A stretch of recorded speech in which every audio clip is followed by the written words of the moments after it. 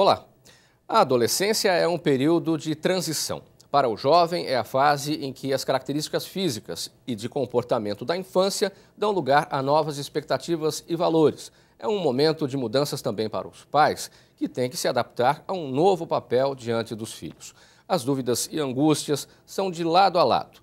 Para ajudar os adolescentes a entenderem o significado dessa nova etapa da vida, os pais precisam saber quem são eles. E o programa Assembleia Debate de hoje busca desvendar a nova juventude ouvindo dois especialistas. Nós recebemos Denise Dáurea Tardelli, doutora em Psicologia Escolar e Desenvolvimento Humano, e o pedagogo Felipe Augusto Penitente Tribuzzi. Muito obrigado pela presença aqui no programa Assembleia Debate. Denise, quem são os adolescentes de hoje, do ponto de vista do aspecto social? É interessante, é bem oportuno, essa pergunta é bem oportuna, quem são os adolescentes hoje, porque a gente sempre tem que contextualizar. A adolescência, ela é um fenômeno histórico, é um fenômeno social. Se a gente pensar que aproximadamente 100, 150 anos a gente não falava disso, então é importante que sempre a cada geração a gente revise esse conceito de adolescência. Porque puberdade sempre houve, as transformações físicas, né, que o ser humano passa no decorrer da vida. Mas o período de adolescência, ele é um conceito social. Ele tem um significado, ele tem uma conexão com o seu tempo, com o seu momento. E a gente entende hoje essa adolescência como um sujeito que está aí, que está querendo se inserir no mercado de trabalho, que tem, logicamente, né, os seus ideais e que precisa, de alguma maneira, um espaço para isso. Felipe, a mesma questão. Quem são os adolescentes de hoje? Você compartilha da opinião da Denise de que trata-se de um conceito social?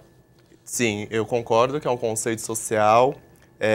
Eu diria que a gente pode falar até em adolescências, né, entendendo o indivíduo como um ser único.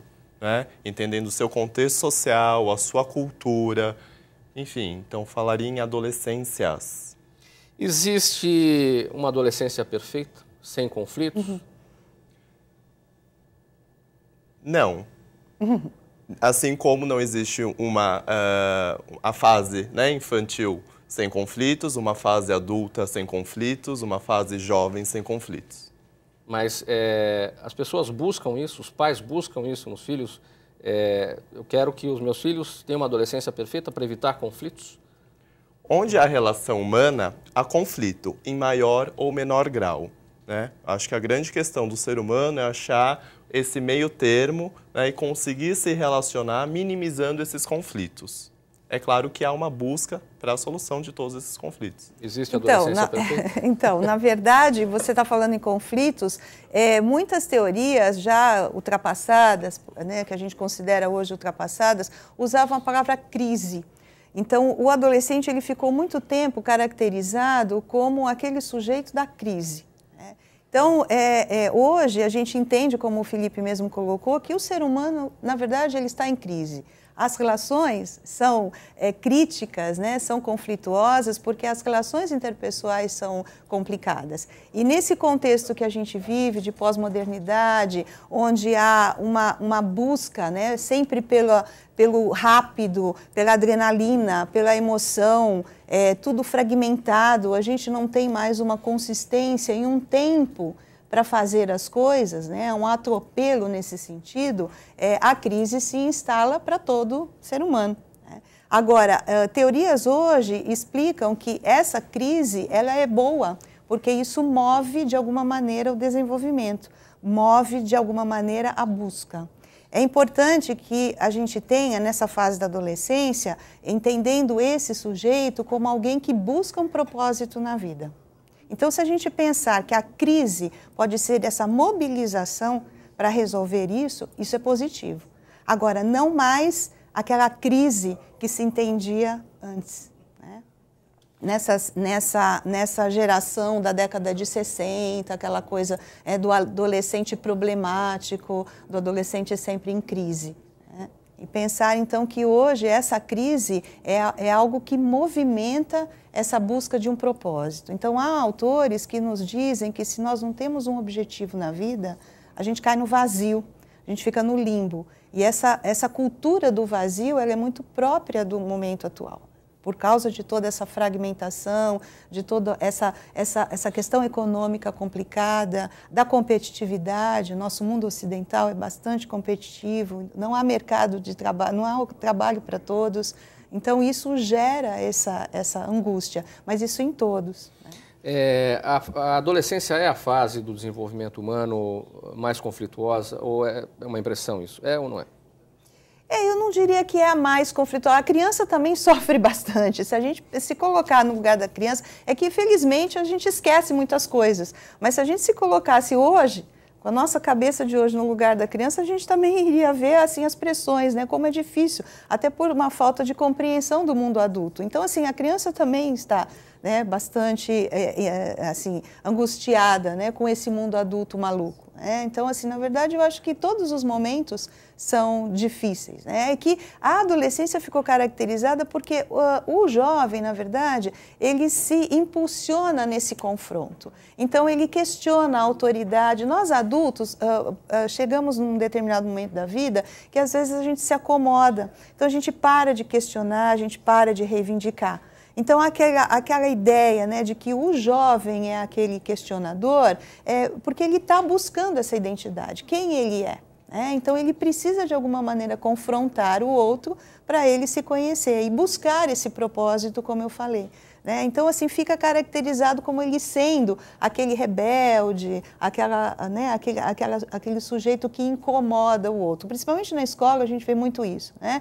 Tem professores que falam assim, não quero dar aula para adolescente. Entrou no primeiro colegial, não quero dar aula para os pequenos. Como se fosse uma coisa mais simples você dar aula para os pequenos e para o jovem fosse algo muito problemático, né? Quando, na verdade, o confronto com o outro é sempre difícil. A gente tem que estar preparado sempre para esse relacionamento de sala de aula. E, Felipe, esse preparo, como é que você avalia? Não está acontecendo? Daí essa decisão de muitos professores não quererem dar aula para adolescentes e acharem que para criança é mais fácil? Eu posso afirmar que há sim um despreparo, né, de toda a categoria, não só para lidar com os adolescentes, mas para esse trato com as crianças, né, com os adultos, né, na educação de jovens e adultos. A formação em si, né, das licenciaturas como um todo, estão muito deficientes. E que criou-se um estigma, né, de adolescência, né, sendo a fase da aborrecência. Né? E se a gente parar para ver o quanto isso é mito, né, há tempos, né, a criança, eu digo na educação infantil, ela era uma criança totalmente passiva, né? Hoje, a gente já tem crianças muito críticas, né? E a gente pode equiparar o comportamento dessas crianças, eu digo crianças já de 5 a 10 anos, muito semelhantes a comportamentos de adolescentes, né? Porque o nosso momento é outro. Agora, o Estatuto da Criança e do Adolescente define ali a adolescência no período entre 13 e 18 anos de idade, ou entre 12 e 18 anos de idade. 12 e 18. Agora, haja vista o que acontece na sociedade, quer dizer, na parte prática mesmo. Ela pode começar antes e terminar bem depois?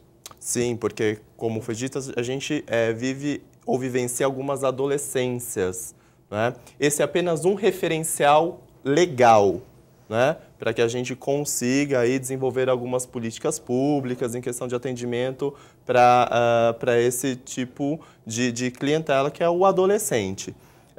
Mas é claro que... Mas na prática é outra coisa. Na prática é outra coisa, em razão do próprio contexto, da sua cultura, das vivências que ele teve.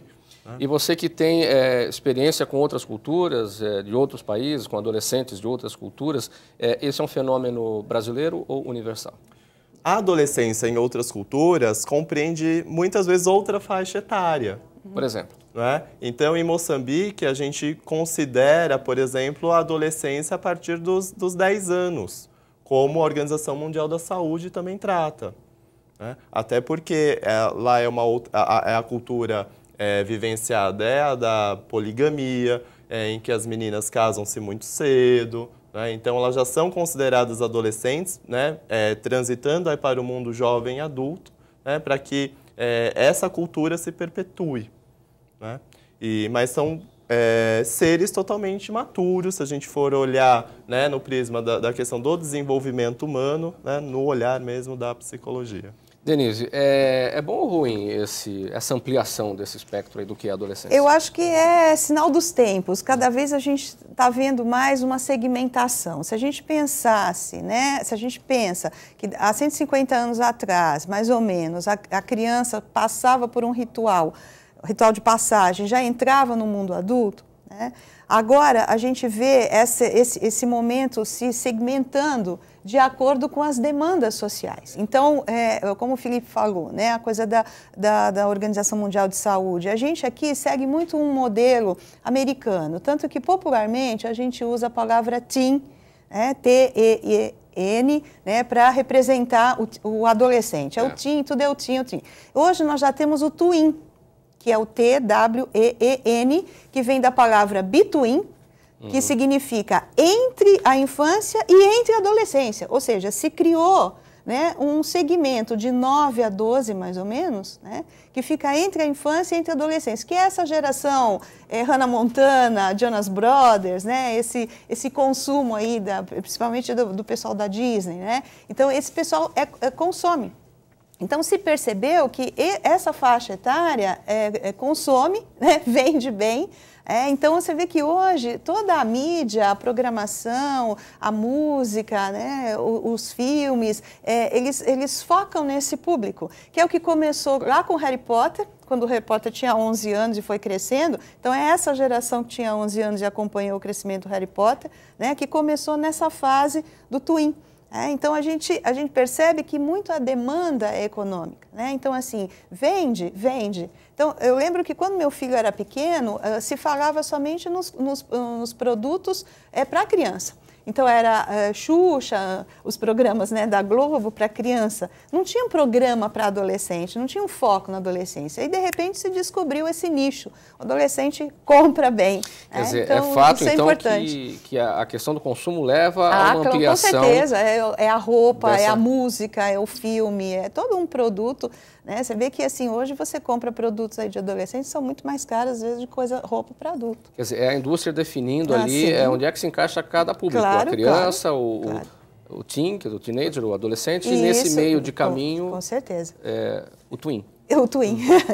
Então, por isso que isso vai se segmentando, porque são as faixas, as demandas, né? Então, assim, e por isso que a gente vê cada vez mais que é um fenômeno mesmo cultural, contextualizado, histórico. A gente não sabe o que vai acontecer daqui a 50 anos. Como você falou, há uma extensão maior desse período de adolescência? Sim, há pesquisas que indicam que o jovem, antes a gente definia, acabou a adolescência quando ele sai de casa, ou vai estudar, ou vai morar sozinho. E hoje a gente vê que às vezes ele até vai estudar, mas ele volta para a casa dos pais.